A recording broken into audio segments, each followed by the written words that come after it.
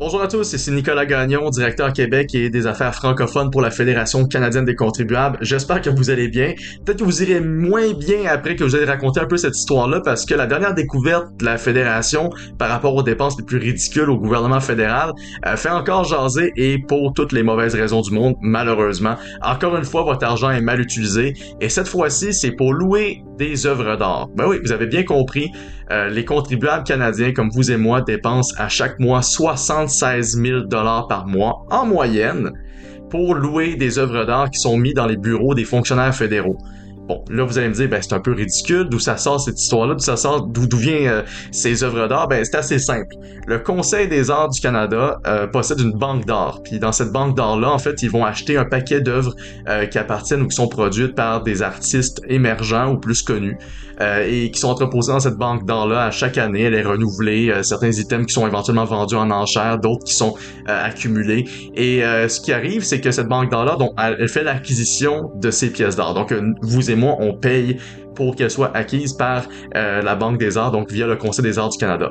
Par la suite, un fonctionnaire de n'importe quel des ministères ou des différentes agences du gouvernement fédéral peut faire une demande auprès de la Banque d'art pour obtenir une œuvre qui va être entreposée dans son bureau. Littéralement, ça peut être une sculpture, ça peut être une peinture, et donc il va louer, bien sûr, avec un compte de dépenses qui est attribué à son ministère. Donc, par exemple, juste comme ça, on va dire que vous êtes un fonctionnaire au ministère du patrimoine du Canada et vous voulez une pièce de l'artiste X qui est entreposée dans votre bureau. Et cette location-là coûterait 1200 $ par mois. On donne un exemple comme ça.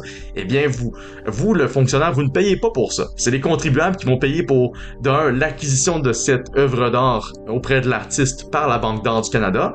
Puis, on va payer une deuxième fois pour que la pièce d'œuvre soit entreposée dans un bureau pour le plaisir du fonctionnaire qui en a fait la demande. Et nous, on se trouve à payer pour ça via un autre compte de dépenses du ministère comme tel. C'est complètement ridicule parce que bon, c'est 76 000 $, mais nous, on est allé faire le décompte, par rapport à janvier 2016 jusqu'à juillet 2024 et ça a coûté 7,8 millions de $ aux contribuables pour que des pièces et des œuvres d'art soient louées par des fonctionnaires. Et ça, donc, dans un processus qui, au final, démontre qu'on paye deux fois pour des œuvres d'art que vous et moi ne pouvons pas voir, malheureusement, mais pour lesquelles on paye bel et bien. Et ça s'ajoute à tous les autres scandales de dépenses du gouvernement fédéral, en passant par Arrive-Can ou la fameuse chambre de 6 000 $ par nuit que Justin Trudeau s'est loué quand il est allé aux funérailles de la reine, en passant par les repas somptueux de la gouverneure générale en avion, en passant par les 108 000 fonctionnaires qu'on a embauchés depuis 2015 sans qu'il y ait une amélioration quelconque dans les services du gouvernement fédéral. Donc, quand on regarde la planche à billets roulée, celle du gouvernement qui a accumulé une dette qui a littéralement doublé depuis que Trudeau est en poste, pour rappeler que la dette fédérale est rendue à 1300 milliards, on a un déficit de 46 milliards, on n'a aucun effort de la part du gouvernement de Justin Trudeau pour rééquilibrer les finances publiques d'une quelconque manière ou même nous fournir un plan tangible. Si la tendance se maintient, le retour à l'équilibre budgétaire n'est pas prévu avant 2040, ça voudra dire donc une génération complète dans le rouge.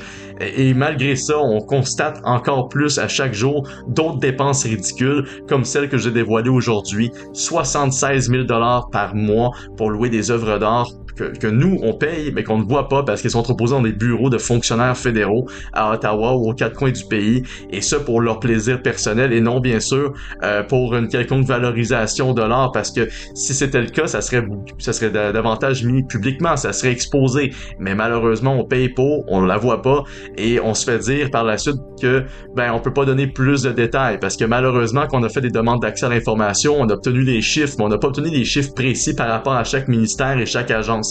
On aimerait ça avoir plus de détails là-dessus, ça nous permettrait de savoir quel ministère devrait peut-être un peu slacker sur les dépenses en location d'œuvres d'art, puis laquelle fait peut-être meilleure figure là-dessus, mais ça va demander plus de transparence de la part du gouvernement. Pour l'instant, on compte sur votre appui, on vous remercie, tous les supporters jusqu'aux donateurs de la Fédération canadienne des contribuables qui nous permettent de faire ces démarches-là et de justement faire parler de ces découvertes-là dans les médias. On a été en mesure de rejoindre plusieurs radios et plusieurs journaux à travers le pays sur cette histoire-là. Mais je vous fais cette vidéo-là pour vous exposer un peu plus la réalité et ce que ça représente au final pour vous et moi, pour les contribuables qui travaillons à tous les jours pour essayer d'arriver et de joindre les deux bouts. Et on regarde ensuite ce que des fonctionnaires font avec notre argent, puis on a toutes les raisons de vraiment, comment dire, de voir rouge. Donc, ceci étant dit, gardons notre sang-froid, continuons le combat et n'hésitez pas à partager cette vidéo pour qu'on puisse exposer davantage de ces scandales jusqu'à ce qu'ils prennent fin. Merci beaucoup.